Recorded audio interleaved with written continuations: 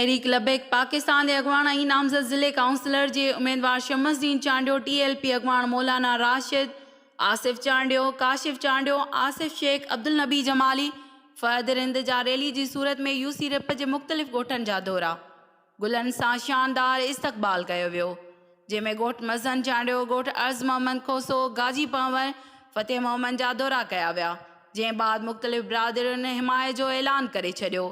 उन मौक़े ते तहरीक लबैक पाकिस्तान के अगवान शमसुद्दीन चांडियो, मौलाना राशिद चयो त गुज़िरियल 14 सालनि खां मौजूदा चूंडियल नुमाइंदनि को बि तरक़ियाती कम न कराया आहिनि। हर इदारे में करप्शन करे इदारनि खे तबाह करे छॾियो आहे।